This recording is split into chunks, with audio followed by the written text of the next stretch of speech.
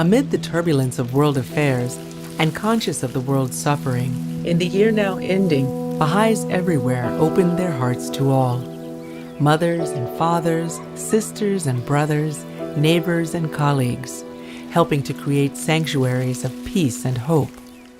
Together with those around them, they fostered newfound friendships, seeing no stranger, but only members of one human family.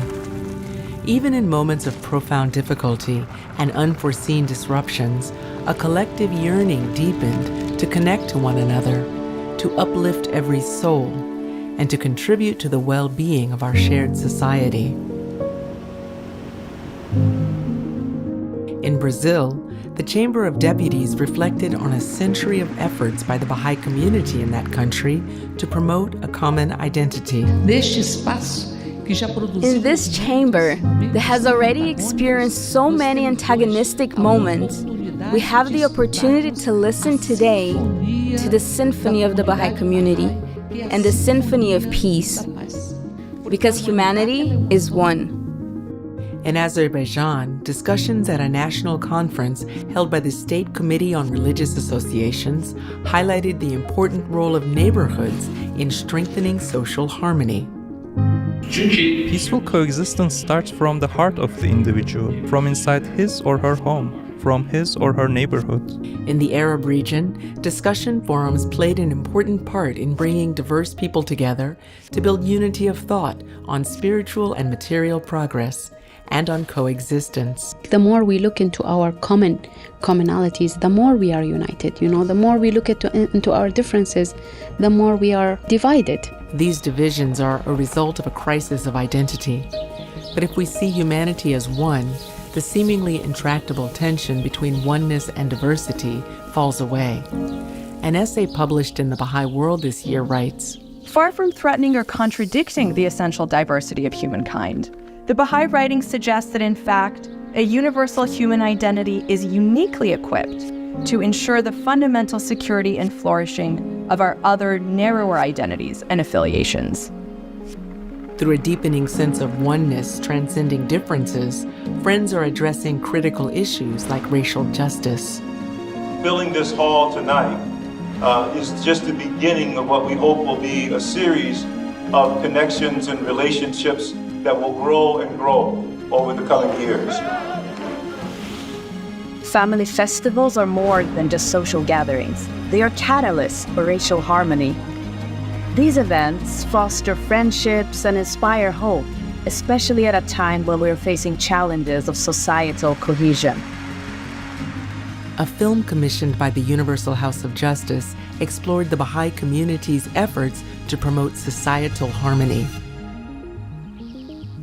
Socially conscious artists were encouraged to weave shared narratives into their creations, reminding us to see our place in this world as improving the lives of each other. This idea was explored by Baha'is in Kazakhstan. We need to recognize the significance of the arts in bringing about positive change, bridging divides, and fostering a sense of unity, because without it, it would be difficult to imagine social progress and a peaceful world. Conversations on bringing about positive change echoed through many aspects of our lives, urging us to reflect on the kinds of societies we aim to create together, to ask ourselves, what kinds of lives lead to human fulfillment? How do our daily lives, including our work, contribute to this vision? The Baha'i international community examined these questions in a forum at the UN on reshaping the future of work. The inadequate protection of workers reveals systematic inequities that prioritize consumptions of progress rooted in narrow self-interest. Today, we are being asked to build momentum for a new social contract, to call for more policies characterized by solidarity. With the changing landscape of work, influenced by digitalization, automation, and artificial intelligence, a range of profound questions are entering public consciousness on technology. It's not just methodology that we need, nor is it just values. It's methodology and values together. In the Baha'i faith, this idea is expressed most directly as the idea of the harmony between scientific and religious knowledge. Essential to these discussions has been the principle of the harmony of science and religion, an essential principle at the core of Bahá'í social action initiatives. Youth are really starting to train themselves about the contribution they can do through the planting of trees and through the production of food. Transforming relationships with family members and community organizations, youth are acquiring this consciousness, how these small changes in their relationships can really raise up all this capacity to do great things for their community. Youth have been at the forefront of social action initiatives this past year, challenging prevalent views that cast them in a negative light and that label them as rebellious or apathetic. Youth have this thirst for knowledge and learning about the world. They want to contribute to a better world, and they have also this passion for justice. In all these efforts, women and men, side by side, have been working together to plant the seeds of equality. The surest foundation for replacing oppressive gender norms with egalitarian and just conceptions lies in the concepts and practices that young minds learn from their earliest years in the family. The Bahá'í writing states that men and women are like wings of a bird. One cannot thrive without the other. It also states that true attainment and progress will not be established until equality is there, and that men and women become peers. The call for equality echoed worldwide in June, when the memory of 10 Bahá'í women who were hanged in Shiraz, Iran 40 years ago was honored in numerous ways.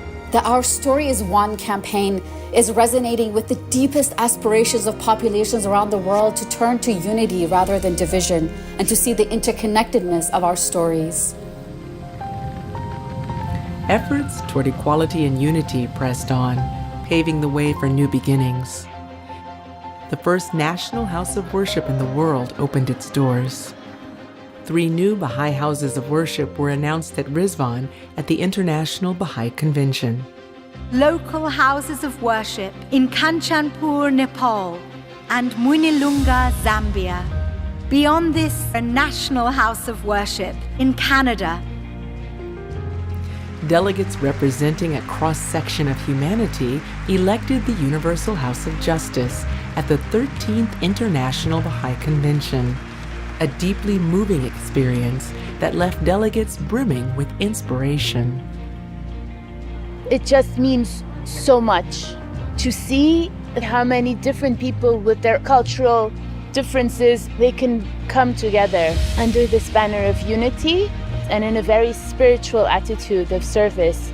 I think this process gives hope to the peoples of the world. True love means creating room for others to join. Within communities around the world, people of all backgrounds found sanctuary in the many Bahá'í endeavors for worship and service. I think we can feel very hopeless sometimes, and this feeling of what are you going to do? Like how can you affect change? But there's always this attitude of hope, and we have vision, we have purpose and identity. They propel us forward. Here we come from different parts of Papua New Guinea, and when we talk about love and unity, I see that there's a lot of love here. Those who pray in the walls of the Tana Temple can feel the motivating force of love. A love that goes people of all races and backgrounds, so needed in these troubling times. Observe the big trees here. They have many branches and grow so high, but the stem is one. We are many and diverse, but we are one. In their efforts, countless people were connected in their immeasurable love for Abdul Baha, for whom a shrine is being constructed. Once completed, that sacred structure will serve as a place of prayer and contemplation for visitors from around the world to draw inspiration from Abdul Baha's life and work as a herald of peace, as a champion of social justice, and as a shelter for all humankind.